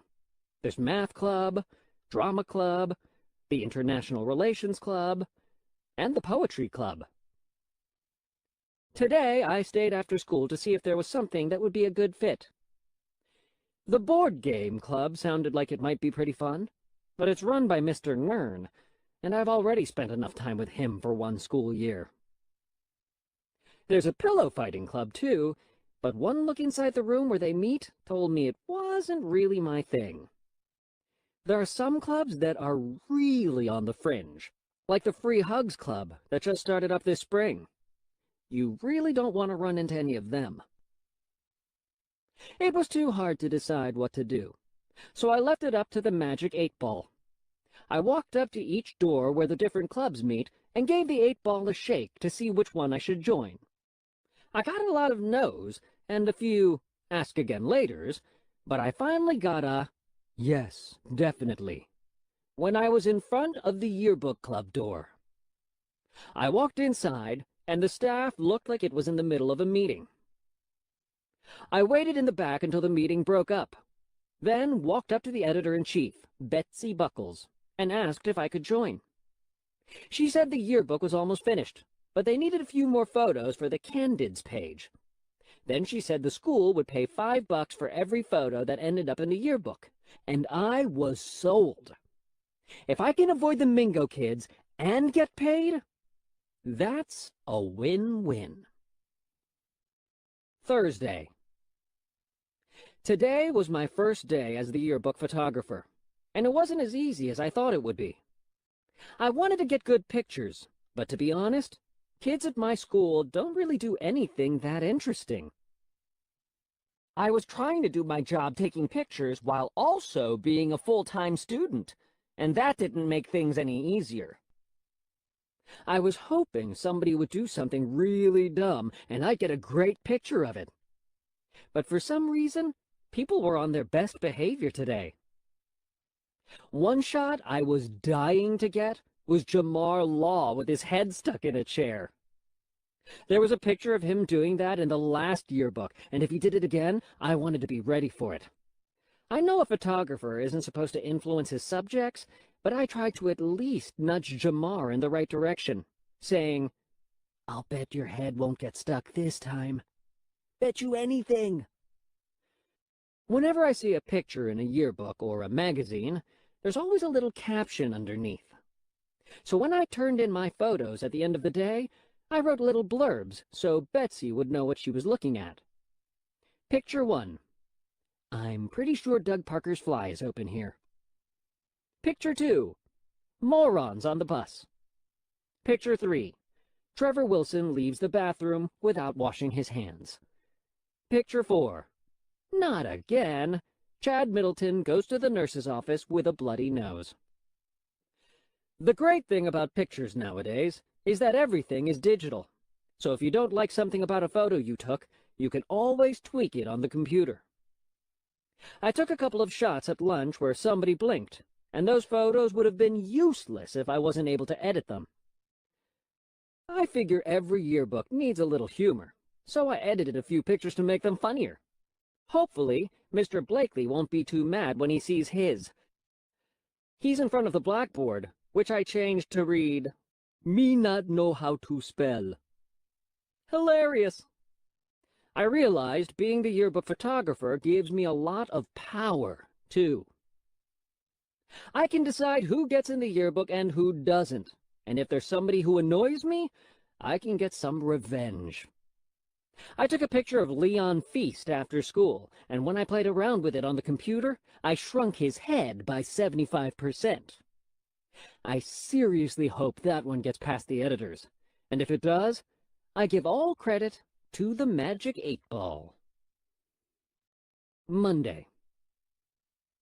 Over the weekend, I got a chance to go back into Mom's closet, and I found my old body blankie behind her winter boots. I couldn't believe it. I'd been looking for that thing for the past few months, and it was in Mom's closet all along. I got the body blankie as a Christmas gift last year from Mom and Dad. When I looked at the box with its big sticker reading, "As seen on TV," I have to admit I wasn't too thrilled about it. That changed the minute I put it on. Let me just say for the record that whoever invented the body blankie is a genius. You know when you're watching TV with a blanket wrapped around you and you want to grab your drink or the remote control, so you have to take the whole thing off to free up your hands? Well, the body blankie solves all that. It's like a regular blanket, but with sleeves that have mittens at the ends, so you can grab stuff without ever exposing your skin to the cold air. Ah. The body blankie is made of flannel, so having it on is like being in bed all the time. Roderick got a body blankie too, and I think he liked his even more than I liked mine. In fact, after Roderick put his on for the first time, he didn't take it off for something like 5 days. I think he would have stayed in it for good if Mom didn't make him take a shower. Roderick used to only sleep in his bed or on the couch, but once he had his body blankie, he pretty much dozed off whenever the mood struck him. Mom and Dad put up with it for a little while, but me and Roderick probably took it too far, like wearing them to church, and our body blankies mysteriously disappeared soon after that. When I found my body blankie this weekend, I didn't know what to do. If I started parading around the house in it, Mom would know I've been poking around in her closet. The only place I could really wear it was in bed, but that seemed to kind of defeat the purpose. But this morning, when I was getting ready for school, I got an idea. I realized if I put my body blankie on under my school clothes, no one would even know, and being in class would be like being in bed. But I wish I'd thought it through a little better. The body blankie might be comfortable to wear while watching TV at home, but walking to school in it was a whole other matter. The leggings of the body blankie are really short, so you look like a penguin when you walk. I couldn't open my locker with the mittens, and trying to do jumping jacks in phys ed was hopeless. Plus, I found out the disadvantage of flannel is that it gets really hot. After phys ed, the body blankie footies were filled with sweat, and I knew it was time to bail on the idea. But when I tried to take the body blankie off, the zipper snapped. I should have known never to trust a product that's advertised on TV. I tried to wriggle out of it by pushing my arms up through the hole where my head was, but I couldn't get my elbows out. I started to go into a panic because there was no ventilation in that thing, and I was worried I was going to get baked alive like a microwave burrito. After a minute, I took a lot of deep breaths to calm myself down. At that point, there were only a few more classes to go, and then I could cut myself free at home. My last class was social studies, and we had a test. I wasn't prepared at all, so I was glad when I found out it was true or false. Because that's exactly the kind of thing the Magic 8-Ball is good at. When the test started, I pulled the Magic 8-Ball out of my bag and went through the questions one by one. A few of the answers didn't look right to me, but the Magic 8-Ball had gotten me this far, and I wasn't going to start questioning it now. It was still pretty time-consuming, though. Kids were handing in their tests, and I wasn't even halfway through yet. I started getting nervous that I wasn't going to finish before the bell rang, and the Magic 8-Ball was doing some serious stalling, with answers like, "Reply hazy. Try again later." I shook it faster to try to get real answers, and that's when I lost a handle on it. The Magic 8-Ball hit the ground hard, and before I could grab it, it rolled right to Mrs. Merritt. Just then the bell rang, and after the class let out, Mrs. Merritt took me down to Vice Principal Roy's office. Mrs. Merritt told him she caught me red-handed using a high-tech cheating device on my test. She was so mad she didn't seem to notice I was in a body blankie. I think Vice Principal Roy was a little confused, but he took Mrs. Merritt's complaint seriously anyway. He called Mom, and 10 minutes later, she was in his office. I've got to give Mom credit, because she stuck up for me. She said the Magic 8-Ball was just a harmless toy, in that I couldn't have been using it to cheat. I wanted to interrupt Mom and tell her not to disrespect the Magic 8-Ball by calling it a toy, but I figured that could wait until later. Plus, Mom hadn't said anything about the body blankie yet, and I didn't want to risk making her mad. I thought Vice Principal Roy was going to let me off the hook, but then he pulled up my record on his computer. He said my grades have been going downhill lately, and that I'm slipping in every subject. Then he said I haven't turned in a homework assignment for 3 weeks. Well, that might be true. But ever since Fregley ditched my textbooks, it's been a little hard for me to do my assignments. Then Vice Principal Roy totally dropped a bomb on me. He said that if I didn't improve my grades in the next few weeks, I was going to have to go to summer school. That got my attention. I've heard rumors about summer school, and it's not something I really want to be a part of. For one thing, I know they shut off the air conditioning during the summer to save money. The classes are more like detention than school, and none of the regular teachers are there. In fact, I heard the English teacher for summer school is the janitor. I don't know if Vice Principal Roy was just trying to scare me, but if he was, it worked. Because the thought of spending my summer vacation with Mr. Meeks is enough to turn me into a straight-A student. Thursday. I'm not really sure how my grades got so bad, because my year actually started off pretty good. In the first quarter, I got A's and B's on my report card, and Mom even took me out to get a hot fudge sundae to celebrate my accomplishment. Roderick got in on the action too, even though his report card that quarter was lousy. That taught me that even if you try your best, someone's just going to mooch off your hard work. I know I'm not the best student or anything, but I've never had to worry about going to summer school. So this week, I've been doing everything I can to get my situation under control.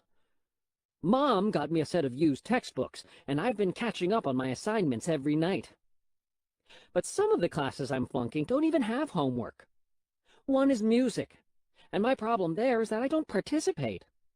None of the boys really do, which is why Mrs. Norton comes right up in our faces and tries to get us to sing. Only inches away, she wails, "You're a grand old flag, you're a high-flying flag." If Mr. Meeks is the English teacher in summer school, then I don't even want to imagine what music class looks like. Maybe a trash can orchestra. I decided that, starting today, I was going to be Mrs. Norton's best student. So when she called my name at the start of class, I stood right up and belted out the song we've been working on. "There's a hole in the bucket, dear Liza, dear Liza. There's a hole in the bucket, dear Liza, a hole." Mrs. Norton waited until I was finished. Then she said she wasn't asking me to sing, she was just calling attendance. All week, Mom's been helping me catch up on my missing homework assignments. But the one thing she says I'm going to have to do on my own is the science fair project. And that kind of stinks, because science isn't exactly my strong suit. For last year's science fair, my experiment was on metamorphosis.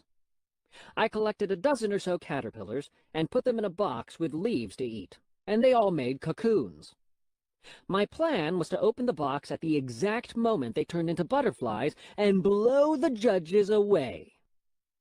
I worked hard on it, and even turned in my project a day early. But I left the box with the caterpillars on the heater in the science classroom, and unfortunately, that was the end of that.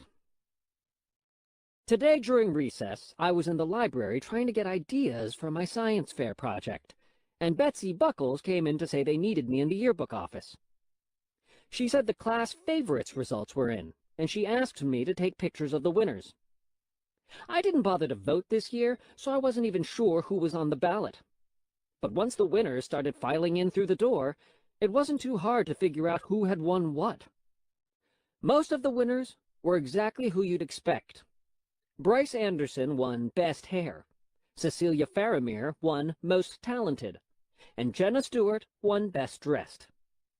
The only real surprise was Liam Nelson, who won Best Looking. But Liam works on the yearbook staff and was in charge of counting up the votes, so something tells me he fudged the results. When Fregley walked through the door, I got confused. The only category I could see him winning was Class Clown, but I had just finished taking Jeffrey Laughley's picture for that, complete with the pencils up his nose. So I looked over the list Betsy gave me and found out Fregley had been voted Most Popular. But the way things have been going lately, I guess I shouldn't have been surprised. I don't know how he did it, but he finally got his belly button to blow a chewing gum bubble. I was already in a pretty bad mood when the last two people walked in the room to have their picture taken. I looked down at the printout, and when I scanned all the way to the bottom, I felt sick. Cutest couple, Rowley Jefferson and Abigail Brown. I've had to do some unpleasant things in my life, but believe me, nothing compares to what I had to suffer through today. After that, I officially resigned as yearbook photographer and turned in my camera, because really, there's only so much one person can take. Monday. Things have really fallen apart for me ever since I dropped my Magic 8-Ball in Mrs. Merritt's class. After Vice Principal Roy gave it back to me, I noticed it seemed a lot lighter. It turned out, when it hit the floor, it cracked, and the blue liquid behind the little window leaked out. So that meant it was totally useless. I ended up tossing it over Grandma's fence on the way home from school that day. But lately, I've missed having it, because I've had some really tricky decisions to make. I finally caught up on my missing homework assignments, but my science fair project is due on Thursday, and I still don't even have an idea for it yet. So I thought of Eric Glick. I've always heard he could hook you up with an old assignment if you were in a pinch, and I figured maybe he could even get his hands on a science fair project. But still, I didn't know if I wanted to get involved with a shady character like Eric. This was just the kind of decision I'd ordinarily leave up to the Magic 8-Ball. But today, I was totally on my own.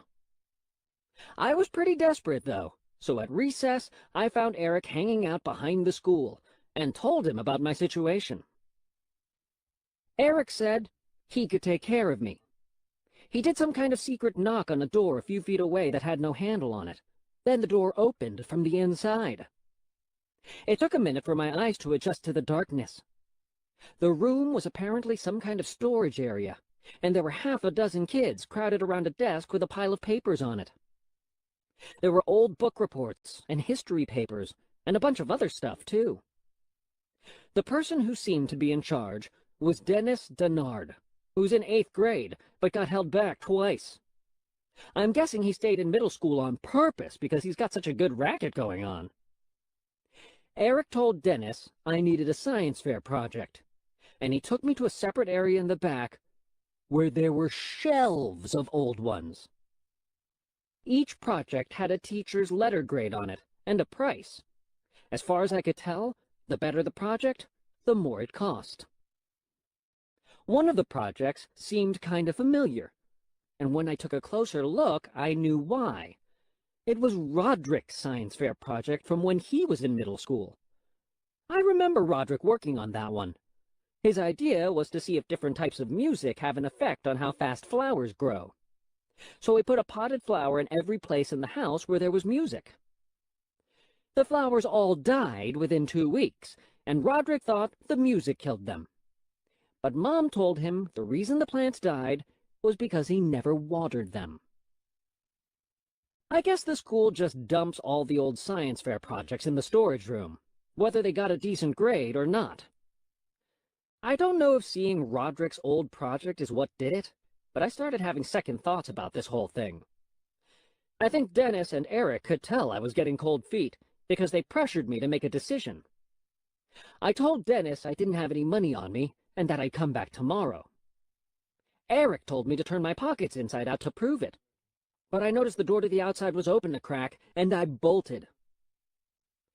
I'm not sure I'm ready to get involved with the Dennis Denards and Eric Glicks of the world anyway, because once you take that first step, there's no turning back. I don't want to go to jail for a papier-mâché volcano. Wednesday. Well, I didn't see this coming. 1 week after Rowley and Abigail got voted cutest couple, word on the playground is that they're through. I heard that Abigail is back with her old boyfriend, Michael Sampson, and people are saying the only reason she got together with Rowley in the first place was to make Michael jealous. Apparently it worked. But from what I heard, the way Rowley found out was kind of harsh. When he went to join Abigail at the couples table, she was already feeding Michael Sampson the pudding. But I can't spend a lot of time feeling sorry for Rowley because I've got problems of my own. Yesterday, I had to stay after school for the second day in a row doing research for my science fair project, which is due tomorrow. And by the way, I'm glad I decided not to go the Dennis Denard route, because today somebody tipped off a teacher, and a bunch of the faculty members staged a raid on the storage room. The kids who got caught were given detention for the rest of the year, and I'm sure the punishment includes an automatic trip to summer school.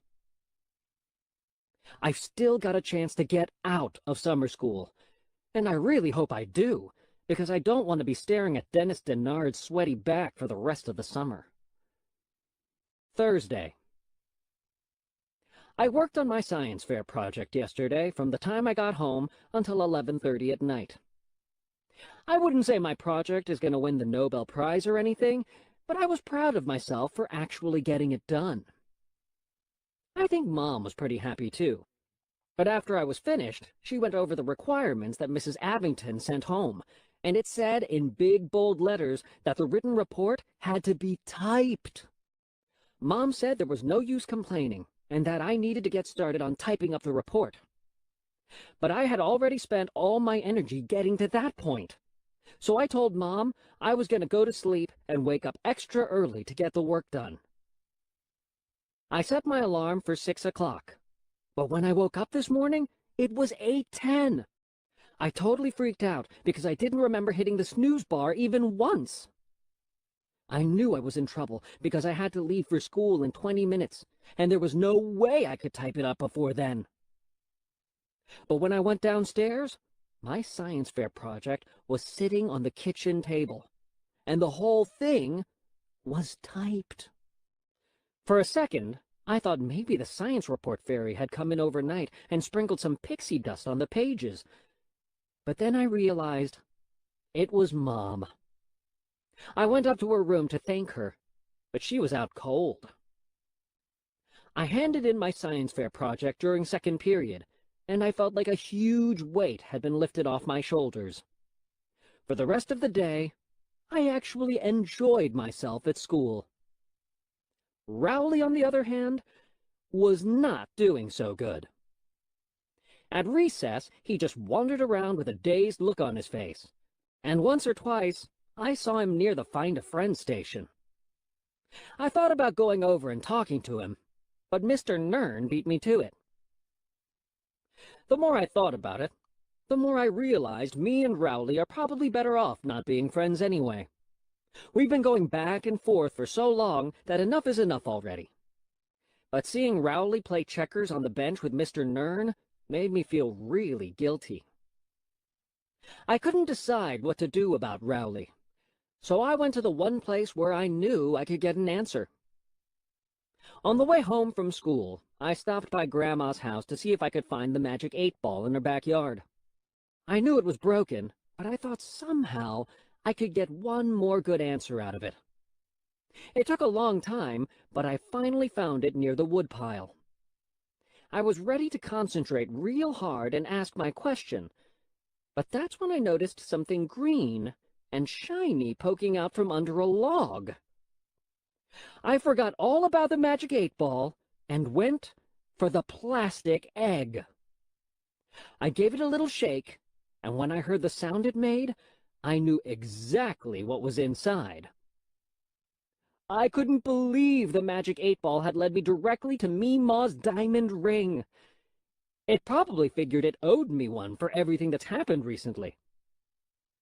Once I knew I had Meemaw's ring, a million thoughts went through my head, and most of them involved a jetpack. But I remembered what Mom said would happen if someone actually found the ring. And even though I could probably sell it for good money, it's not worth breaking up the family over it. So I took the egg and hid it where nobody will find it. Or at least, not for a while. But if I'm ever hard up for cash, I know I can always go to the spot between tickles number 4 and 5 to get me out of a jam. Monday. The magic 8-ball might be good for helping out with the little decisions, but I figure the big ones are up to me. So at lunch today, I went to the back of the line where Rowley was sitting and asked him if he wanted to come sit with me. And 5 seconds later, it was just like old times. Well, both of us were still in the hall, but still. I know Mom's always saying friends come and go, and family is forever, and maybe that's true. But your family isn't going to be there when Meckley Mingo chases you with his belt on your way home from school. I'm sure me and Rowley will get in another fight somewhere down the road, and then we'll go through this drama all over again. But for now, we're good. Or at least until the yearbook comes out. But I figure we can always deal with that later on. 'Cause in the photo of the cutest couple, I just couldn't stop myself. I shrunk Rowley's head. The end.